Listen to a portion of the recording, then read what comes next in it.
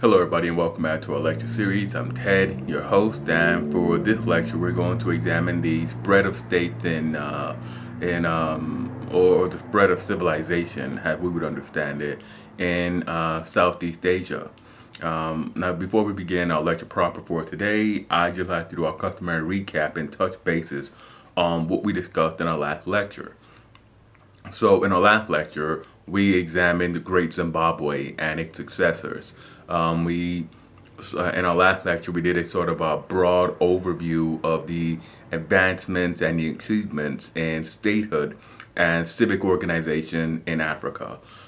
We examined the impact of King Azana II of Axum, of his conquest of Meroe, and his subsequent conversion to Christianity and the impact it had on East Africa. Christianity and the Christian state sort of became the great obstacle to the Islamic conquerors during the height of the rise of Islam. And even now, it's a general cultural demarcation between the older native African Christian societies, which is today really limited to the Ethiopian highlands, and embodied by the Ethiopian Orthodox Church and the Islamic states of the Horn of Africa, and also into the Nile River Valley. We looked at the importance of trade in African society and in these civilizations, how they arose primarily due to their interaction, the web of interconnectedness that they were a part of with the wider world, from the inland Niger Delta to the areas around the Lake Chad Basin, all the way down to the southeast coast of Africa and inland on the Zimbabwean plateau and around the Limpopo River Valley. These areas were hotbeds of economic activity.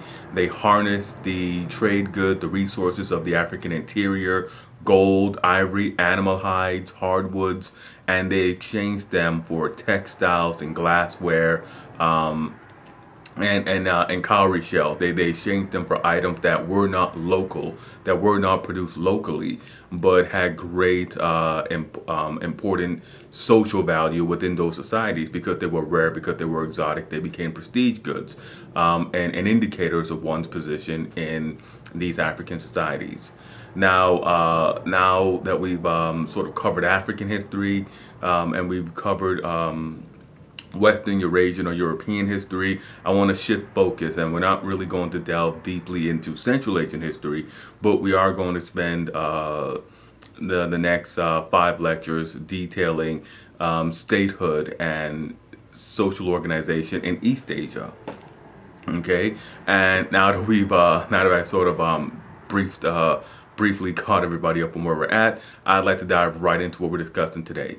So let me begin by saying that the habits of statehood developed in Southeast Asia, and in Southeast Asia, they were contemporary to the Zhou and the Han dynasties of China. Now, rice agriculture from its earliest, from the earliest times that we can see, was the dominant agricultural system, and this dates all the way back to the first millennium BCE. We also see evidence of regional trade networks that exchanged copper and tin, both of which were needed for the production of bronze. We also see marine shells being exchanged, stone, and these stones were mainly used for tools, not that much for building. And we also see a very vibrant trade in ceramics. Now, it is possible that foodstuffs and textiles were also part of the trade, but we don't really see much evidence of the exchange of foodstuffs or textiles in these rising trade network, this wider web of interconnectedness in Southeast Asia. Now, sites along the coast of what is now Vietnam, they yield evidence of contact with the south coast of China, with coastal Cambodia, with the Philippines, and of course Indonesia.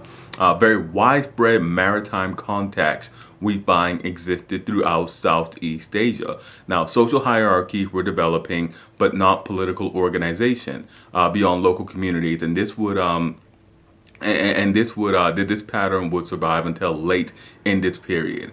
Now, during the last centuries of the first millennium BCE, communal elites began to establish themselves over small areas. This rise in organization was the result of the introduction of plowing, which led to substantial increases in agricultural produce. In the agricultural productive zones, we find large walled and moated settlements, and these begin to appear throughout Southeast Asia, and they really rise between the years 300 BCE and the year 100.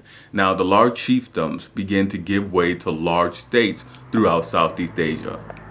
Now, the rise of states in Southeast Asia is really thought to have been derived from Mauryan, and it's a Mauryan Indian and Han Chinese influences. Both powers were competent, cultural, and politically sophisticated states who were also expansionistic. Now, there are some examples of influences from both in Southeast Asia. There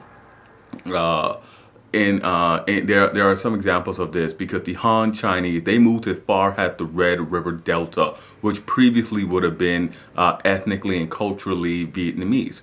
Now, this involved the elite adoption of architectural styles, weapons, clothing, and some burial practices in northern Vietnam from Han China. And this will be ongoing from around 200 BCE, throughout this period. Now, this also involved these influences. This also involved the expansion of Hinduism and Buddhism from Mauryan India, along with trade network and ideas relating to monarchies throughout this region. Now, China was motivated by ruling and incorporating this area into the Han Empire. Indian motivation for contact was commercial in nature and also religious. In the early first millennium, regional influences, and these are the same Chinese and Indian influences, they came together to produce local centers for territorial states. At Akeo on the Mekong Delta in Vietnam, and this site covers some 1,000 acres. And this site was also protected by a series of walls and moats, and it sat at the center of a very extensive canal system. One of these canals connected Akeo to a port on the Gulf of Thailand, and this is some 16 miles away. This was a very significant and obviously sophisticated site if they were able to enact such protective defensive measures and also able to create a protected gateway to the Gulf of Thailand. Now, the internal structure at Akeo is not well understood, which makes its population hard to estimate, but we can expect, and when we do estimate, that the population may have been as high as 10,000 people. Akeo also houses some extraordinary manufacturing areas, and these areas yield gold and gemstones and craft material, and all of these goods would have been gathered and made into finished products that were exported from this site. And at this site, we also find caches of Roman coins, which indicate that they were a part of a very large trade network. They may have been part of the nascent Silk Road trade. In the area around Akeo, jewelry along with Chinese artifacts confirmed that Akeo participated in this very rich long-distance trading network. Now, Akeo is one of 150 known sites in southern Vietnam and Cambodia from around the 2nd century to the 6th century. We do not know the nature of these settlements or their political organization, but contemporary Chinese sources refer to a unified state known as Funan, which covered, what the Chinese estimated covered much of Southeast Asia, extending into what is now Malaysia. Now, we also have to note that Funan may never have existed. Chinese chroniclers were writing from a great geographic distance and from a significant cultural distance. Now, the late first millennium undoubtedly saw states begin to appear in Southeast Asia. Their individual characteristics were determined by a complex set of characteristics of the indigenous peoples and also the influences from India and China. Places like Champa in Vietnam or Dharwati in Thailand They remain mysteries to us. We don't really know their political organization. We know these sites existed. We can visit these sites. We can see these sites, but we do not know the political organization that was inherent in these sites that were developed and that maintained these sites. We do not know if they were unified or simply a collection of independent city-states. Now, there is no doubt about the Khmer state or the Khmer state. And we know this because of their remarkable capital in the Angkor region, which developed from the 9th century onward. Now, the first capital of the Khmer state was Halaya, and it was built as an elite center during a period of conquest and expansion in Cambodia. Halaya pales in comparison to the later construction that the Khmers did at Angkor. In a real way, the Khmer state at Angkor was the culmination of all the processes of gradual accretion of political and ritual power that the local rulers were beginning during the early period of this during this earlier period. Now, the increasing political sophistication and the increasing potential of rice agriculture systems with their high yields capable of supporting people who are not engaged in agriculture really laid the foundation for the rise of the Khmer state. The Khmer state was the first regional power to extend its influences to its neighbors and really to extend across ethnic and cultural lines.